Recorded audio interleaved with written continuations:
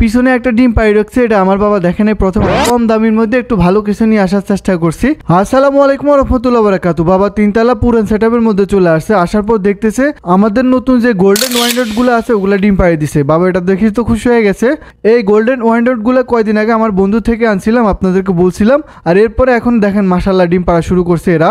আর আমি যতটুকু জানি এই গোল্ডেন ওয়াইন্ডার গুলার বাপ মা বাহির থেকে ইম্পোর্ট করে নিয়ে আসছিল। এখন এদের এই অবস্থা কেন এমন আমি তো জানি না, তবে আমি আশা করি এদের থেকে যে বাচ্চাগুলো আসবো ওইগুলা কোয়ালিটিফুল বাচ্চা আসবো। তারপর বাবা দেখতেছে পাশে যে ফাহমিগুলো আছে ওগুলা ডিম পাড়া শুরু করছে। মাশাআল্লাহ দেখেন বাবা দুইটা ডিম হাতে নিয়ে আনিছে। আমাদের এই ফাহমিগুলার ভ্যাকসিন ট্যাকসিন সবকিছু কমপ্লিট করা হয়ে গেছে, মানে যাবতীয় যত কিছু প্রয়োজন সবকিছু কমপ্লিট। তাই এরা এখন ডিম পাড়া শুরু করছে, কিন্তু দুঃখজনক ব্যাপার হচ্ছে এদের ডিম আমরা খাইতে পারবো না বেশি দিন, কারণ এরা সম্ভবত 2-1 দিনের ভিতরে এখান থেকে চলে যাব। বাবা তাদের ডিমগুলো সংগ্রহ করে যখন বাইরে হতেছে দেখতেছে আমাদের লিও বসে রয়েছে। আমাদের লিওর ওই দিনকে শর্টেটা দেখার পর অনেকে বিশ্বাসই করতে পারে নাই কবুতরের সাথে বিড়ালের কিভাবে এত সুন্দর ভালো সম্পর্ক হয়। শুধু আমাদের কবুতরের সাথে না, আমাদের যত মুরগি হাঁস যত কিছুই দেখতেছে না সবগুলোর সাথে আমাদের এই বিড়ালগুলোর সম্পর্ক খুবই ভালো। বিশেষ করে আমাদের মিনি, মানে এই লিওর মার কথা বলতেছি, এই লিওর মার সাথে আমাদের যত কিছু আছে সবগুলোর সম্পর্ক অমায়িক। আর লিও তো তার ঘরের সন্তান, লিও তার মায়ের মতোই হয়েছে। আমাদের বিড়ালগুলা থাকার কারণে আমাদের অনেক লাভ হয়েছে আলহামদুলিল্লাহ, আল্লাহর কাছে লাখ লাখ শুকরিয়া।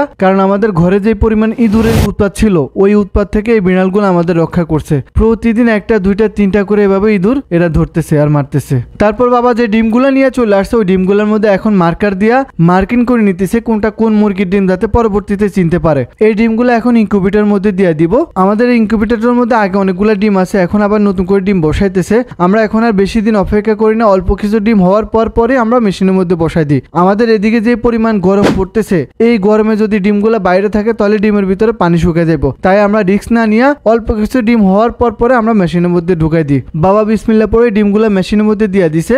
আশা করি ডিমগুলা থেকে ভালো একটা রেজাল্ট পাবো। তারপরে বাবা একটা বালতি হাতে নিয়ে আনিছে, আর বালতির ভিতরে দেখেন অনেকগুলা পোকা, এগুলো হচ্ছে আমাদের বিটল পোকা। এই বিটল পোকা মূলত আমাদের আজকে সিলভার চিন হাঁসগুলারে দেওয়া হইব। বাবা সিলভার চিন হাঁসে রুমে ঢুকতেছে, ঢুকার পরে খাবার দেওয়ার জন্য প্রস্তুতি নিতেছে, কিন্তু পিছনে একটা ডিম পাই রাখছে। এটা আমার বাবা দেখেন প্রথম আমাদের ক্যামেরাম্যানে দেখছে, এরপর বাবারে বলছে, বাবা ওটা দেখি তো অবাক হয়ে গেছে, খুব খুশি হয়ে গেছে বাবা, কারণ অল্প কিছুদিন হয়েছে এই সিলভার চিন হাঁসগুলা থেকে আমরা বাচ্চা পাইছি।